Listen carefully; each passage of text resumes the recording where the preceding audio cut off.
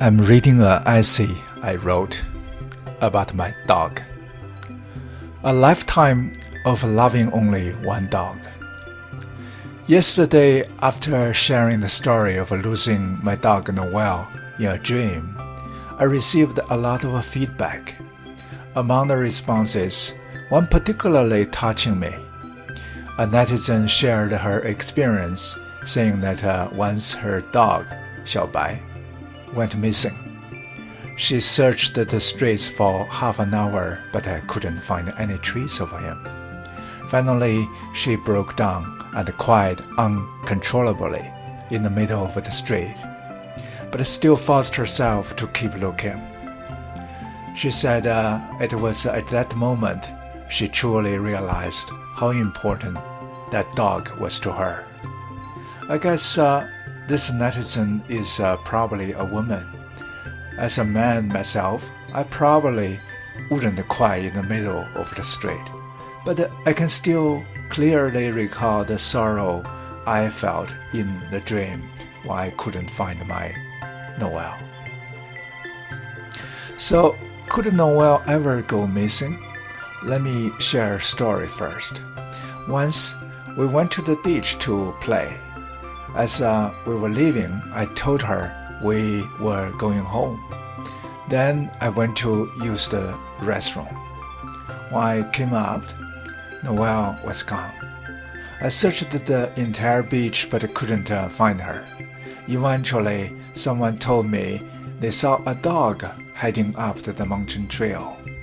I quickly chased after her, and sure enough, I found her walking along the path towards home. She probably hadn't noticed me going to the restroom and thought I had already headed home. Maybe she was even wondering, why did Dad leave me behind? With a dog as big as her, if we ever got separated, she might just find her own way home, as long as it was a route we traveled often. That thought gives me a little peace of mind. Some people have suggested that to avoid the grief of losing a pet, it's best to raise a new one in advance. I have noticed that such advice often comes from cat owners. For them, bringing a new cat into their lives seems to offer new love and comfort. But for dog owners, at least for me, it's entirely different.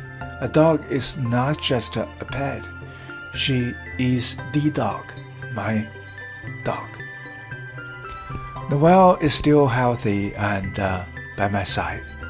Precisely because of this, I cherish every moment we have together. I have never thought about getting another dog to replace her, because to me, no dog could ever replace Noelle. She has been with me through countless walks and moments, through thick and thin. She understands my emotions, and it feels like she can read my thoughts with just a glance. Sometimes she leans her back against me, a silent expression of trust and reliance.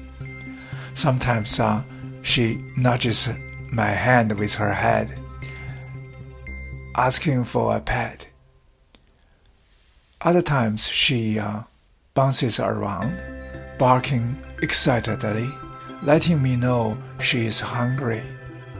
Her quirky appetite, her loyalty, the way she nestles beside me, all of these makes up the unique Noelle.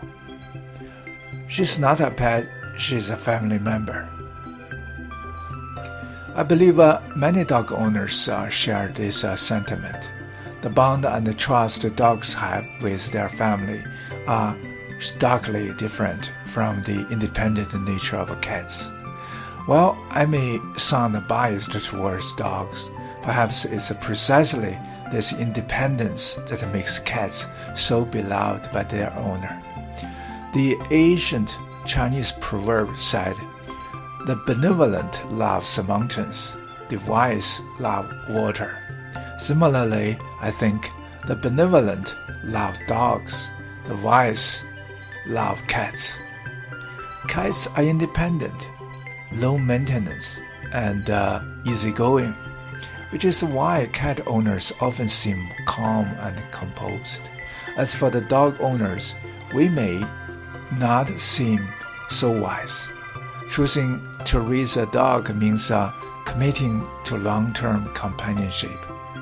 It's not easy to leave them behind for a trip, but because of this, a dog becomes irreplaceable.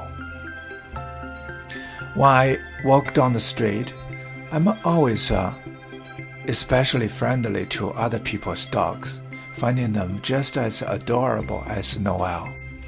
They seem to sense that I'm a dog person and often approach me willingly. Even so, these dogs remain outsiders to me, while Noelle is a family, an insider. Some friends have told me that loving a dog so deeply will only make it harder to cope with their losses in the future. I don't see it that way. Just as the moon waxes and wanes, life with dogs has its joys and sorrows. This has always been the way of things. For everything, turn. It's precisely because love and companionship and finite that they become even more precious.